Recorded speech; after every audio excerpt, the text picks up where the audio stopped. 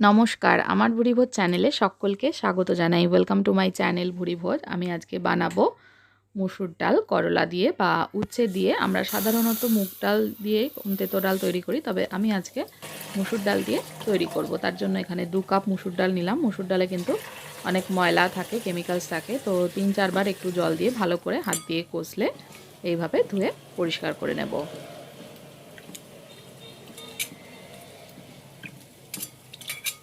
দেখুন কতটা ময়লা বেরোলো। এরকমভাবে কিন্তু 3-4 বার ধুয়ে নেব। এবার ডালটাকে সেদ্ধ করব। তার জন্য একটা পাত্র নিয়ে নিয়েছি। ভালো করে ধুয়ে এটাকে আমি 15 মিনিট মতন ডালটা ভিজিয়ে রেখেছিলাম। ডালটা ভিজিয়ে রাখলে কিন্তু তাড়াতাড়ি এটা সেদ্ধও হয়ে যাবে আর খেতেও ভালো লাগবে। একটু ডালটা ওই জন্য ভিজিয়ে আমি রেখে দিয়েছিলাম। এবার সেদ্ধ করে নেব। সেদ্ধ করার সময় দিয়ে দিলাম স্বাদ মতো নুন। নুনটা ভালো করে মিশিয়ে নিচ্ছি। নুন ভালো করে মিশিয়ে ডালটাকে 4-5 মিনিট ফুটে উঠলেই দেখবেন উপর দিয়ে এইভাবে ডালের উপর দিয়ে ফেনা উঠছে। এই ফেনাগুলোকে ফেলে দেবো। এই ফেনাটা ফেলে দিলে ডালটা খেতেও কিন্তু অনেক বেশি সুস্বাদু হবে। যে কোনো ডালের ক্ষেত্রেই এই কাজটা করলে ডালটা খেতে অনেক বেশি ভালো হয়। সমস্ত ফেনাগুলো, বেশ কিছুটা ফেনা আমি ফেলে দিয়েছি। এবার ভালোভাবে সেদ্ধ করে নেব। পাশে কড়াইতে আমি দিয়ে দিলাম সর্ষের তেল। এখানে উচ্ছে বা করলা ভেজে নেব। এখানে 3-4টে আমি করলা নিয়ে নিয়েছি। করলা নিয়ে এটাকে ভালো করে ভেজে নিতে হবে। ভাজার সময় দিয়ে দিলাম নুন। নুনটা মিশিয়ে নিয়ে এই করলাগুলোকে ভালো করে লাল করে ভেজে নেব।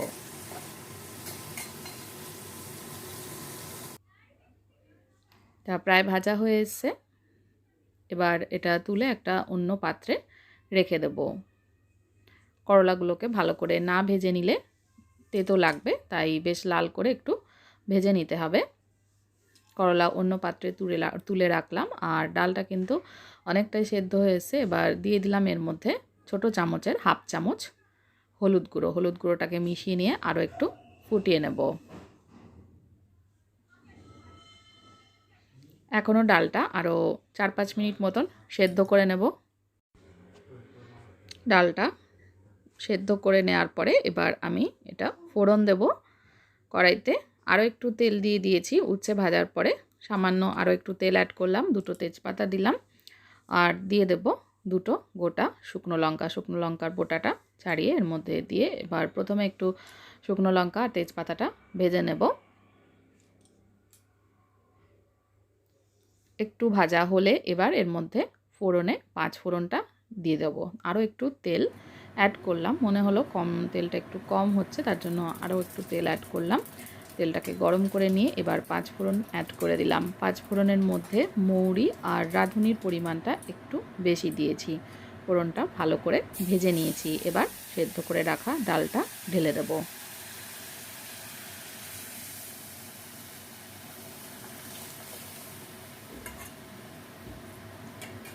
ডালটা ঢেলে আরও একটু ভালো করে মিক্স করে নিয়ে আরও একটু ফুটিয়ে নিতে হবে। ফোড়নটা কিন্তু একটু ভালো করে ভেজে নিতে হবে। ফোড়ন ভালো করে না ভেজে নিলে ডালের স্বাদ লাগবে না। তো একটু ভালো করে ফোড়নটা ভেজে নিয়েছি। আরও 3-4 মিনিট মতন ডালটা ফুটিয়ে নিয়ে দিয়ে দিলাম এর মধ্যে চেরা কাঁচা লঙ্কা। চেরা কাঁচা লঙ্কাটা দেওয়ার পরে আরও একটু ফুটিয়ে নিয়ে এর মধ্যে দিয়ে দেবো একটু সামান্য পরিমাণে চিনি। চিনিটাকে ভালো করে মিশিয়ে নিচ্ছি।